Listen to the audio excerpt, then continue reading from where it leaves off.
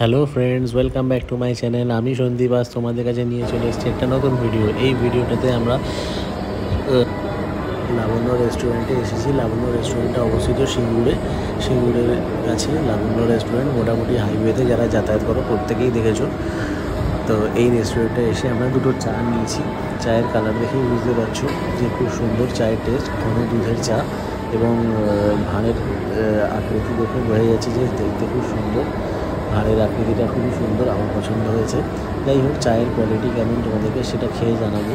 এবং আমরা মাঝে মাঝেই কাছে পিঠে এরকম চা খেতে বা ব্রেকফাস্ট করতে বেরিয়ে পড়ি তোমাদের সাথে শেয়ার করার জন্য, যে টুকটাক যারা কাপলরা রয়েছো বা যারা টিনেজাররা রয়েছো, তারা যদি সামনাসামনি কয়েক ঘন্টা সময় স্পেন্ড করতে চাও, তারা কীভাবে কী টাইম পাবে, কোথায় যাবে, কি করবে না করবে, সেই সবের উদ্দেশ্যেই আমরা আজকে লাবণ্য রেস্টুরেন্টে এসেছি।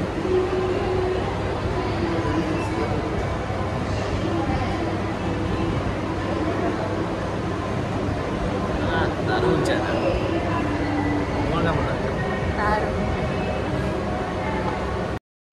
প্রথমেই দেখিয়ে দিই আমরা এখানে কী কী অর্ডার করেছি। একটা আলুর পরোটা অর্ডার করেছি এবং দই বড়া অর্ডার করেছি। এই দই বড়ার কোয়ালিটিটা আমাদের খুব একটা পছন্দ হয়নি, কারণ দই বড়ার যে বড়াটা ছিল যথেষ্ট হার্ড।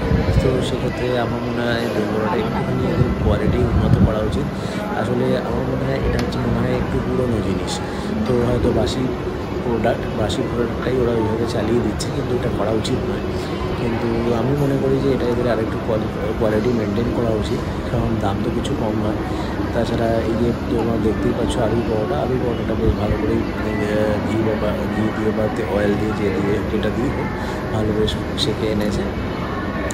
এদের মোটামুটি এদের চেহারা দেখে যেটা মনে হচ্ছে সেটা হচ্ছে এটা হচ্ছে তন্দুরি আলুর পরোটা। তার উপর দিয়ে এরা একটুখানি অয়েল বা বাটার কিছু লাগিয়ে এনেছে, তার সাথে একটা চিনি দিয়েছে। এই চিনিটা তোমরা আলাদা করে দইয়ের সাথে পাইল করতে পারো, যারা টক দই খাবে তারা পাইল করবে না। তার সাথে আচার দিয়েছে।